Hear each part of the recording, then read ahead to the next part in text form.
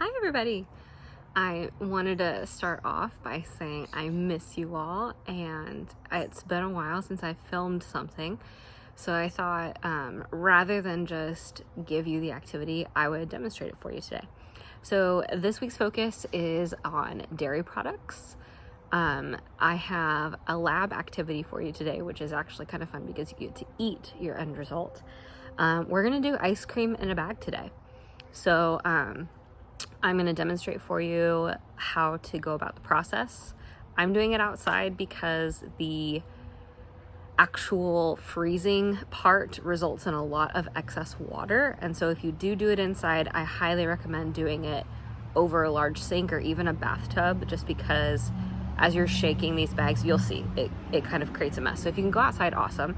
And I'm also going to be putting on gloves for that part because it gets really cold. Obviously, we're making ice cream. And I'm also going to use an old bath towel just to protect my hands from getting wet and cold, because this is cold. So if you've been shopping online, or maybe your family even has one, they do make ice cream makers that you can buy that hook up to an electrical port and you can keep in your kitchen. We're going to go very old fashioned, very cheap. We're doing ice cream in Ziploc bags. Okay, and this recipe really is just for a single serving. So if you're going to do this with your families and you want to do more, just double, triple, etc. the recipe as needed. So first off, we have a couple different sizes of bags. We have quart size bags, which your actual ice cream is going to be made in this. But in order for the freezing process to happen, we need ice. And so we need lots of it. So we're going to be using a gallon size bag as well. So you need quart size and gallon size. All right, so let's get started. The very first step is in our quart size bag that our actual ice cream is going to be made in. So obviously you want to wash your hands before you do this, because whatever you touch is going in the food you're going to be eating. We're going to add sugar, vanilla, and then half and half.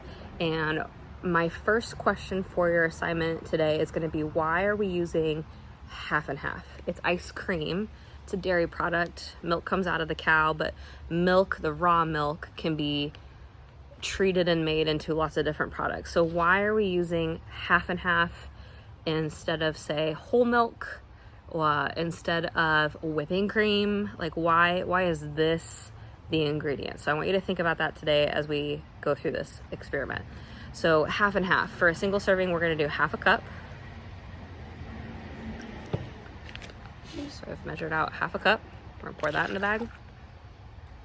We are also going to do a tablespoon of just white plain old sugar that you'd use for cooking. And then vanilla, we need a 1/4 teaspoon. So this ice cream is a very plain vanilla. In the end, you can add chocolate sauce, strawberry sauce, sprinkles, whipped cream, whatever floats your boat. So in our ice cream bag, we have half and half sugar and vanilla. That is it. We're going to try to get out as much of the excess air as possible and then seal the bag. Okay. For extra protection today, just because this lab can get messy, they've recommended, and I also do, to double bag your ice cream material. So I'm just going to stick that bag inside of another quart size bag, do the same thing, try to get rid of as much of that extra air as possible, and seal her up. All right, so this is the beginnings of our ice cream.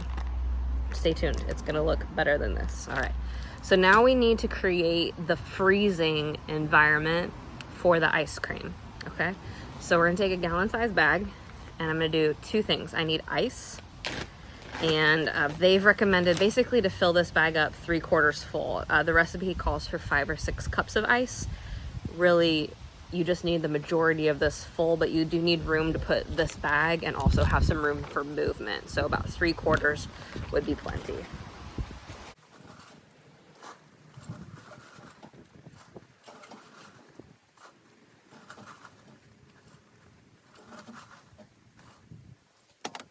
All right, here's my ice. It's about halfway. We'll see how it goes. And then we want to make this actually extra cold, even more cold than ice. This alone would make this ice cream probably half an hour to an hour. It's going to start to melt. We want to speed up that process. This ice cream making process should only take us 5 to 10 minutes max.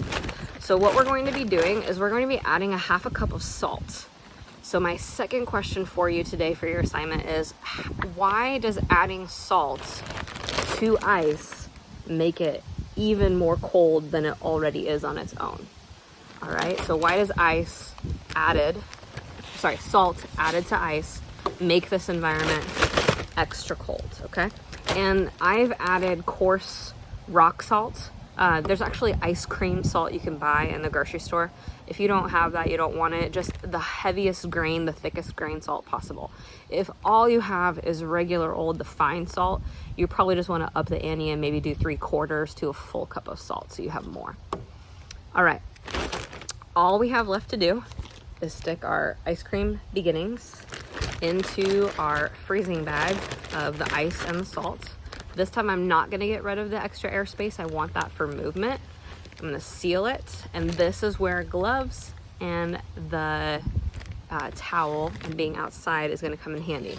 Basically, I'm gonna shake the living crap out of this for 5 to 10 minutes.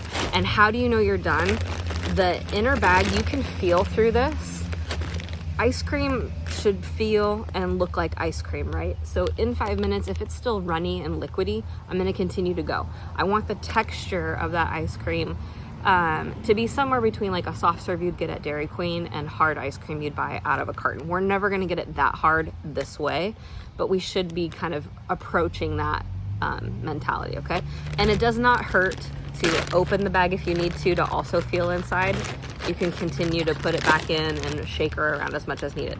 However, just going like this is not gonna do anything. We need that ice cream mixture moving around, especially because we didn't really blend the half and half, the vanilla and the sugar together. This process is gonna do that too. So you really need to be all around movement, okay? All right, I'm gonna time lapse this for you, so I'll be back in a minute.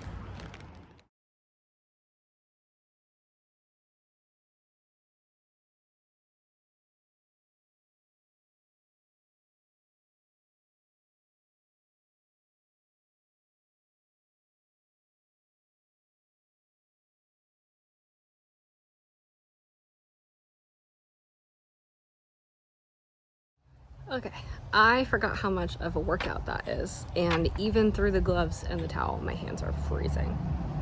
Okay, so before we talk about the ice cream, look how much of that ice has melted, and remember I added more. So this might be a helpful hint to question number 2 about adding the salt. If it's so much colder, why is it so melty? That's my question. Okay, now, this has our ice cream in it, and I could have gone a little bit longer. I probably needed to add a little bit more salt to get a harder texture, but I want to be very careful because this has the goods in it and this is touching a whole bunch of salt water.